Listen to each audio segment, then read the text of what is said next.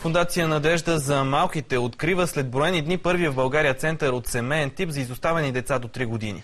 За центъра, възможностите му и каква надежда наистина ще даде той на малките, сега ще ни разкаже адвокат Петромир Кънчев. Добро утро! Преди разговора обаче имаме готовност да покажем къщата, която ремонтирате за мълчуганите. Нека чуем Елица Попова, която вече е там. Имаме готовност да покажем къщата. Здравей, Ели! Успя ли да разгледаш вече къщата? Да, успях да я разгледам. Здравейте и от нас тук от Княжево, където, както виждате, кипи усилен труд. Сега тук до мен е Меги Стефанова, която е председател на управителния съвет на Надежда за малките и която така отговаря за къщата за настаняване на изоставени деца до 3 години в Княжево. Добро утро! Добро утро! Виждаме, че тече усилен ремонт. Докъде стигнаха ремонтните работи тук в Княжево или в малката къща, както вие обичате да я наричате? Всъщност ремонтните работи приключиха. Сега това са довършителни неща, които имаме да свършиме. И следващата седмица надявам да може да преминем към по-приятната част, обзавеждането. И края на месеца да сме готови. Какво още остава да се свърши тук в къщата? От какво имате нужда? Имаме нужда от обзавеждане, от детски легла, гардероби, шкафове, но за това имаме дарения от дарител с изричната воля да бъдат закупени тези неща. И разбира се, пердета, килими, ето такива неща, така че да направим това място уютно. Колко мълчугани ще намерят своя дом тук? Капацитета на центъра е 6. Това е максимум. След това тези деца, какъв е техния път след тази къща? Децата биват настанявани от дирекциите за социално подпомагане, по-точно от отдел за закрила на детето с административна заповед. След това те могат да бъдат осиновени, да бъдат настанени в приемни семейства или, може би това беше първото, което трябваше да кажа, да бъдат върнати в биологичното си семейство при своите родители или при близки и познати. Ремонтът трябваше да приключи през месец април. Защо така се случи, че продължава все още? Какво ви спря по пътя, по тази благородна кауза? Настъпиха малки промени в първоначалните планове. Първоначалните планове бяха за наемане на къща под наем в друг квартал на София, но там не можаха да се случат нещата. Трябваше да преминем към търсене на друга къща и всъщност търсенето на новата къща ни забави. И малко се забавихме съответно и с ремонтните дейности, но не сме чак толкова много закъсняли, само 1 месец. Всичко ли е на доброволчески принцип тук? Имате предвид това, което се случва в къщата? И това, което виждаме. Да, това, което се случва в къщата е най-вече на доброволен принцип. Всичко, което виждате тук, всички строителни материали са дарени от различни фирми, от физически лица.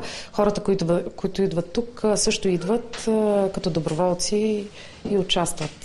Който не може да дари пари, може ли да дойде да помогне с ремонта? Приемате ли така помощ? Да, абсолютно. И това го правят много хора.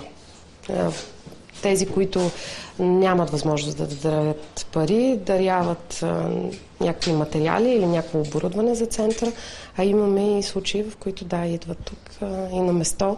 Те казват дори, предпочитаме да се потрудим лично, да знаем, че това тук ние сме го направили, отколкото да дадем пари, защото пари може да се даде всеки път.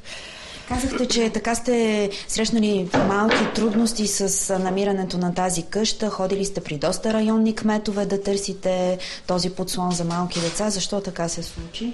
Да, искахме да предложим сътрудничество на Столична община.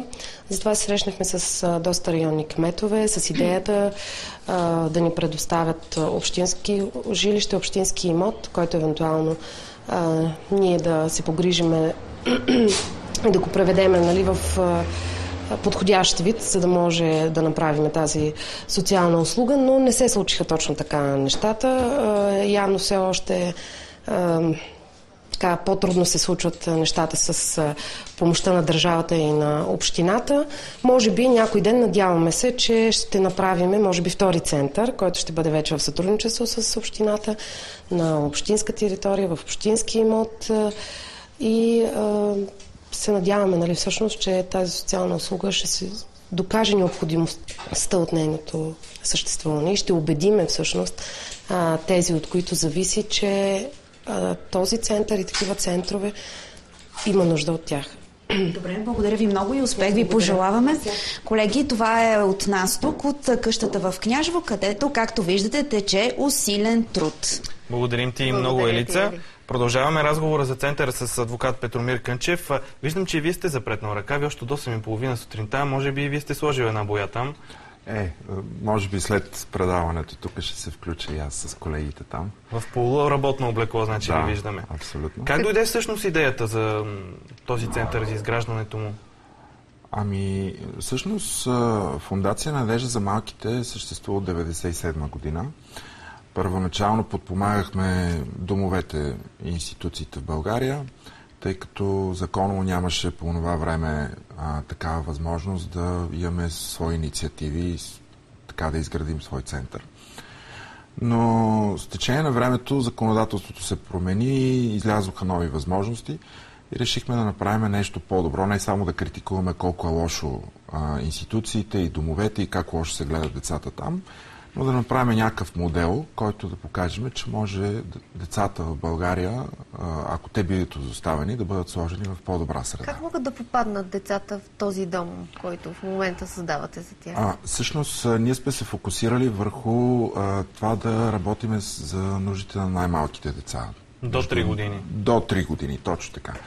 Целта е, когато една родилка поради ред причини не може да гледа детето или пък не желае и тя желае да го изостави, това дете да не отива в системата на институциите, но да бъде поставено в център като нашия. Надявам се, че освен нас и други колеги в общността биха създали такива центрове. За сега това е първата инициатива за такава малка група, ниска възрастова граница. Няма други такива в страната? За сега няма, но съм сигурен, че ще има. Целта е не само ние да направим този център, но и когато това стане и други да се запалят и да го направят. Общо взето това е фокусирано към деца, не които идват от институциите, от които никога не са били там, директно от родилния дом. Как ще бъдат избирани обаче тези деца? Това не е наша преценка, това е по преценка на отделите за закрила на детето. Колко деца може да бъдат в къщата по едно и също време? Всъщност, както каза Маги Стефанова, капацитетът е от 6 деца. Да. Малък е, но целта е всяко дете да бъде с още едно другарче в стая, както нашите деца ни ги гледаме. След като навършат 3-годишна възраст, обаче какво? След като навършат 3-годишна възраст, значи нашата цел не е да ги отглеждаме. Нашата цел е максимално бързо ние да фасилитираме както социалните работници, така и родителите, които желаят да го вземат това дете.